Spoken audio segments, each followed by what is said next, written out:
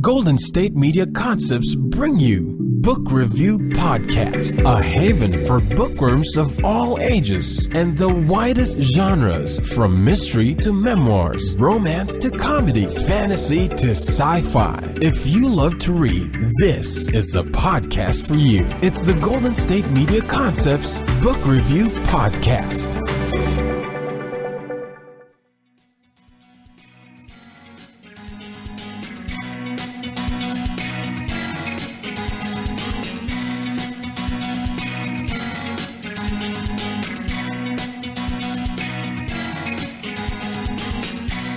Hello and welcome to the GSMC Book Review Podcast, brought to you by the GSMC Podcast Network. I am your host, Sarah, and I am excited to bring you yet another author interview, the first of two for this week. Today I am speaking with author Rebecca Maston about her debut novel, The Wise Ones. The Wise Ones is a dystopian novel, young adult novel, set in a not too distant future. And let me go ahead and give you the description of that book. It's about a woman named Adella, and Adella feels trapped under the punishing rule of the power-hungry and corrupt queen, her mother, a woman fanatically bent on ruling the world even at the possible expense of humanity itself. Although she is one of the heirs to the throne, Adella has no desire for power, and when she falls for one of her mother's enemies, she knows she must escape to save her own life, and possibly the lives of her subjects. Her only hope is to find the Wise Ones, a group of the world's greatest former inventors and scientists, of whom she is deeply suspicious and fearful. But would an alliance with them to topple the queen be enough to save humanity and the whole world? So that is the description of The Wise Ones, which is Rebecca's debut novel. It's got all those great elements of young adult dystopian novels. It, as I said, takes place in the near future after basically a World War III, a nuclear war. And Adella actually was alive for that. She was about 3 when that happened, and this is around 15 years after that catastrophe happened. And there's just a very small population of humanity left on Earth, and so they're still at war. The North and the South of this leftover population is at war. So Adella is one of the royal family in the North, and her mother is the queen there. Her father is off fighting the battle, as is her brother. So this is kind of the basis of this story, which is not only this dystopian story, but also this story of a mother and daughter's relationship and how Adella begins to try to figure out what it is that she wants in life and how she is going to represent not only herself, but her family and her feelings about the war. And, really, it's really a story of finding herself. And it is the first of a trilogy, so there will be 2 more books after this. And I'm going to stop talking now because it's time to hear Rebecca's words about this debut novel called The Wise Ones. Hi, Rebecca. Thank you so much for joining me. I'm excited to have you on the podcast. Thank you for having me. I'm really excited to be here. Wonderful.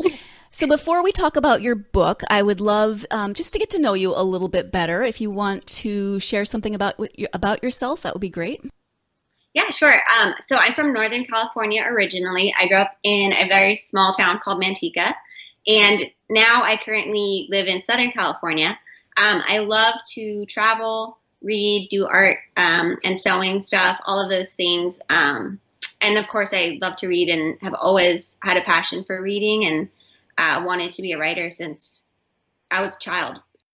Great. Thank you. All right. So tell us about your book. It's called The Wise Ones. This is your debut novel, correct?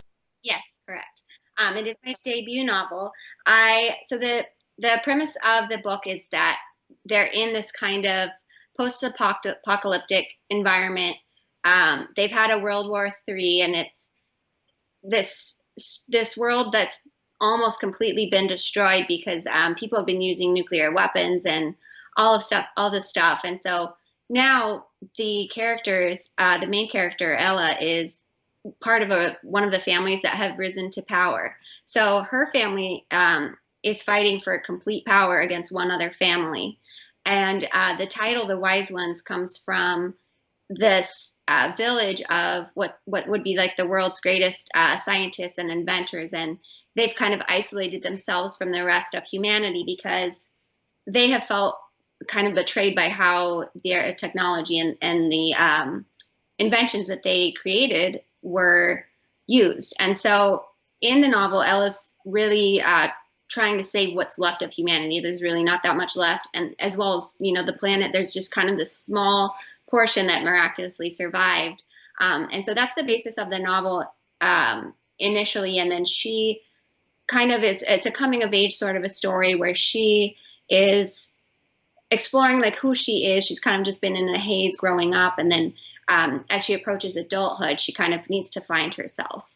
So give us a little insight into that main character, Arabella, Ella for short. What does she do that's special? What sets her character apart a little bit?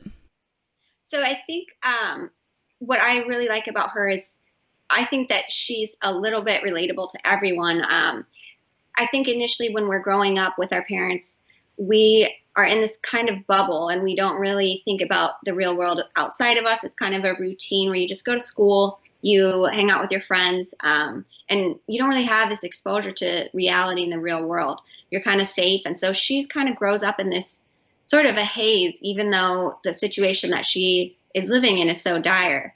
And I think she's also exploring how she navigates her relationships with other women, especially, is one of the themes I tried to touch on in the book. And then she comes from this kind of weak character that's not really aware of her surroundings to become a really assertive and strong character. I think, especially with books like that I think they've kind of paved the way for that strong female heroine with like, Hermione and Harry Potter and Katniss from Hunger Games and all of these, like, we've just, seen such a huge uprising of all of these female heroines. And so I think that was really where I wanted my character to go as well, to kind of be this strong female character in the novel. And so she kind of, transitions into this kind of warrior in her situation. Mm-hmm. And you mentioned the relationships with other women,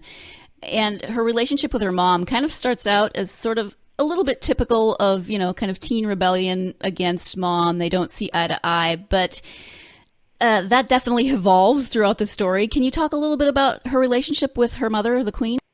Yeah. So I agree. It is like a very typical teen novel. Eventually, in the beginning, it's always sort of a struggle at that point, I think, for teenagers, because your parents maybe see you as a child and you see yourself as an adult. And then eventually her mother becomes so obsessed with power and taking over that it actually destroys their relationship. And Ella has to kind of separate herself from that because, the queen becomes the actual villain of the novel that is responsible for half of what's happening in the world with this battle that's still going on. And so Ella has to kind of take a stand from what she knows. And her family's kind of in a situation that they're really kind of torn apart because her father and her brother are off fighting this battle.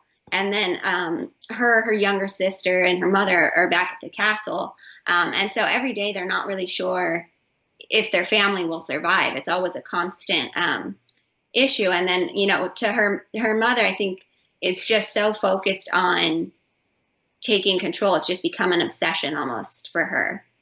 So there you have a little bit about Rebecca and a little bit about the book, The Wise Ones. We do have to take our first break of the podcast, but when we come back, Rebecca will be talking about her inspiration for the book and what is next for the character of Adella. So stay tuned. You're listening to the GSMC Book Review Podcast.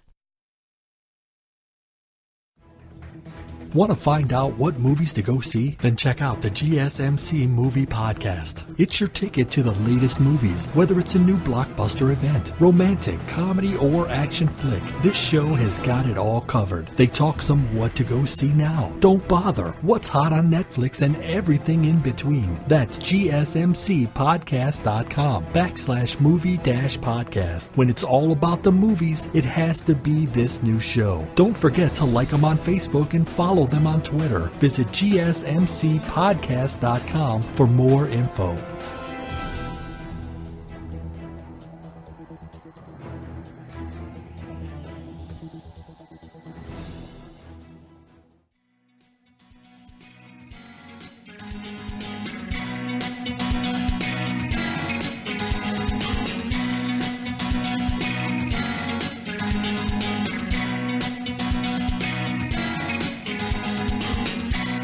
And we're back with the GSMC Book Review Podcast. I am speaking today with author Rebecca Maston about her debut young adult novel, The Wise Ones. So let's get back to that interview. And what was your inspiration for this story? Where did the idea just kind of pop in your head, or how did that work? So I think in the media, there's been all of this talk for such a long period of time about nuclear warfare and nuclear weapons, and it's especially when I first started reading it, and I was pretty, I was a younger kid, and it really concerned me, just to think of this idea that, there's these people in the world that have this power, and even in, everywhere in the world that has it, and you really don't know these people. And it kind of gets, I think in some ways it kind of is, it's expressed in a way that it makes it seem like, oh, it's not a big deal that, that we have this many things on the planet. And then in some ways it's pretty scary. And so I think that was always a constant worry for me. And then I also was always fascinated by when I discovered that Albert Einstein had created the invention, the technology for it to create a nuclear weapon. And then he later regretted that. So that really inspired my attitude for the wise ones to have, because I think, they thought maybe that the social advancements of humanity were going to be able to accept having this much power. And then I think when Albert Einstein maybe experienced that for himself, then he later regretted it. So that was a huge part of the influence for me. And then I think another part was just all of the female characters that I've read about in novels that really have taken over, I think, especially in a lot of young adult spheres.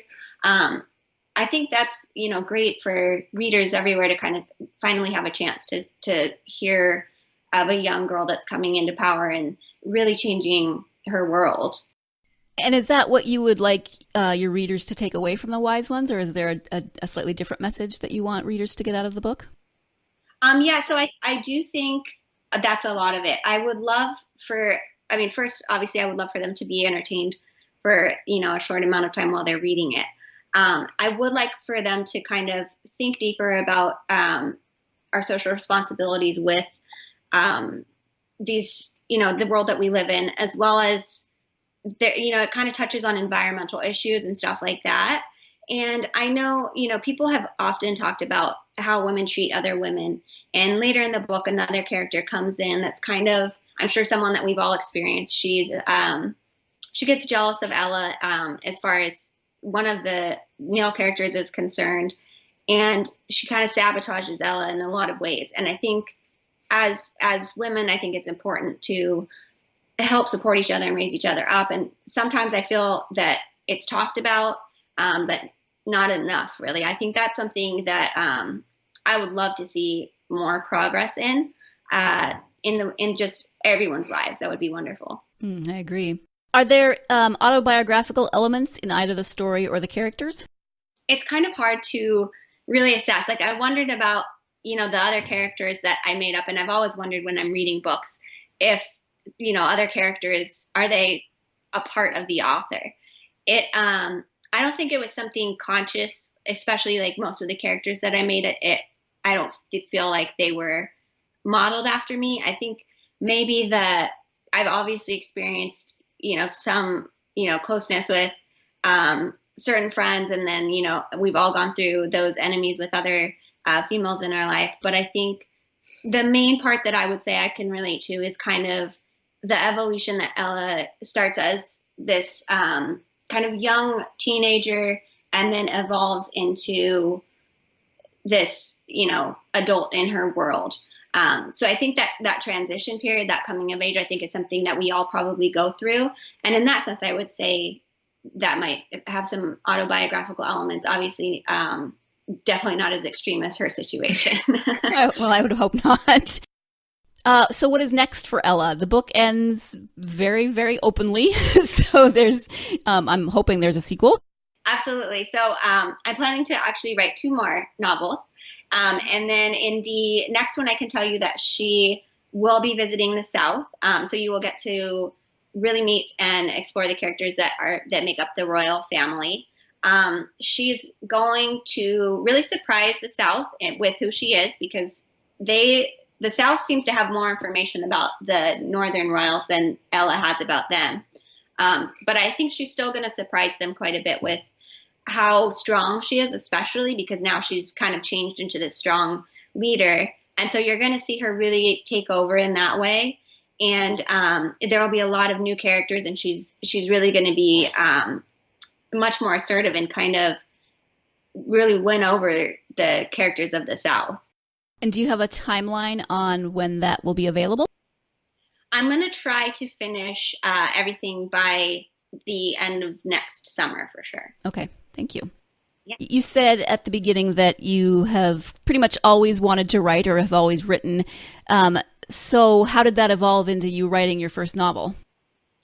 So as a child, I was always reading books to kind of, anything that interests me. Like I loved Sweet Valley Twins. All the way through high school, I would read Harry Potter and all of those novels. And I always thought what a cool legacy that would be to leave behind a book, and how many people you could reach, internationally that you never would be able to meet otherwise. So I always thought what a cool idea. And then I remember I was about 10 years old, and I remember one time I made a list of like all of the careers I was going to have when I grew up. And I don't have the list anymore, and I don't remember everything that was on it. One of them was like a hairdresser, and then I was going to be a photographer, and then one of them was an author. And so after high school, I wrote one novel that I never published, and then I started to write one about vampires, I think when I was in early college, which I again didn't publish. And then towards the end, I started this book that I'm on, and was finally able to finish it. And I know that the publishing world is really difficult to break through. And I think I saw an Anne Rice interview was the one that she said, it's so easy to self-publish now. Every author should just self-publish if they can't get through. And so that was really I was like, well, she's Anne Rice. So if she says I should do it, then, that's what I'm going to do. And so then I went through and, looked at Amazon and was able to publish through the Kindle direct publishing. And if it's something that you always want to do, I think you should always at least try to do it as best you can. And so that was really what got me to actually publish it. What is your favorite place to write, and do you keep a certain schedule? So I love to write in like a comfy, cozy couch or cushy chair. My schedule for writing, it's kind of varied. I would say generally I have more creative moments like later at night. Like that's my creative time. And so that usually tends to be, even if I just have like the TV on in the background or something, and then if I get stuck, then I'll, stop and watch for a little and then go back to it. So that's generally where I stay to write. And I've tried to do like coffee shops and stuff, but I generally get very distracted if I do that. So I usually just, stay cozy and then try and work away at it each day. Yeah, I've never been able to concentrate very well in coffee shops because I people watch too much. Exactly. That's what it is. You're too interested in everyone around you. Which might be good for character development, but probably not so good for your storyline. So you said you loved to read as a kid. What, now or then, either one, who are your favorite authors and genres? I love J.K. Rowling. She's been a huge inspirational in my life. I think Harry Potter was my favorite series of all time for sure. And I think a lot of people feel that way. I also really loved Suzanne Collins, as I mentioned earlier. I love Nora Roberts. There's a British author named Louise Renison that was really inspirational to me as a teenager. She's actually started off as a comedian. She passed away a few years back, but she was asked to write these series of novels about this high school character, and they're laugh out loud funny. Like, I used to bring them to school when we had like our silent reading time, and it was just like impossible because I would be laughing out loud. Like, they're so good. And then I really like the author Kate Emerson. She does a lot of like historical romance ones, and it's fascinating because she'll piece together actual facts and kind of make those into she'll fill in the blanks basically. So I always think that's really cool when people do that. Thank you. I appreciate that. So when Rebecca mentioned silent reading time in school, my heart just skipped a little beat because it took me back to my own school days. I loved silent reading time. That just made me so very happy. I still do love silent reading time, but now it's actually time for our second break of the podcast. So when we come back, Rebecca will be giving some of her advice for aspiring authors and what she wished she knew before she wrote her first novel. So stay tuned. You're listening to the GSMC Book Review Podcast. Tired of searching the vast jungle of podcasts? Now listen close and hear this out. There's a podcast network that covers just about everything that you've been searching. The Golden State Media Concepts Podcast Network is here. Nothing less than a podcast bliss with endless hours of podcast coverage. From news, sports, music, fashion, cooking, entertainment, fantasy, football, and so much more. So stop lurking around and go straight out to the Golden State Media Concepts Podcast Network. Guaranteed to fill that podcast itch. Whatever it may be, visit us at www.gsmcpodcast.com. Follow us on Facebook and Twitter, and download us on iTunes, SoundCloud, and Google Play.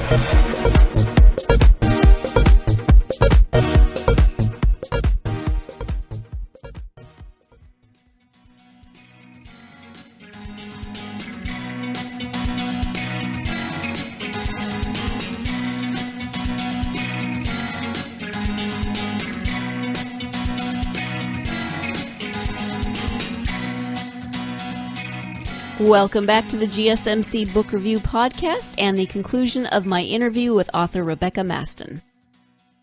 Do you have advice for aspiring authors? I would say do your research as far as marketing, because I think for me that's been the biggest surprise. I think I had researched everything else, and then I was like, well, when I publish it, then I'll start marketing. And I've been doing reading and stuff on it, and I wish I had done that before I published. So now I know for next time exactly what to do. But I would say research your marketing yourself, because that'll be a big part of your book's success. Which leads to my follow-up question, and this might be the same answer, is what do you wish somebody had told you before you started writing this novel? I would agree that definitely the marketing was something I wish I had known. And I definitely, wasn't sure if I was going to self-publish or if I was going to go through somebody else. So I looked at a few agents, and they were not interested in representing the book. It wasn't right for them. So after I did that for a while, I thought, well, I don't want to hold it up too much more, so I'm just going to self-publish, which I should have waited a little bit, I think, just to do the research on the marketing. But I'm okay with it anyways. It's out there now. Okay. So where can people find your book? So they can find it on Amazon. They can just do a search for The Wise Ones. There's a Kindle edition as well as a paperback format.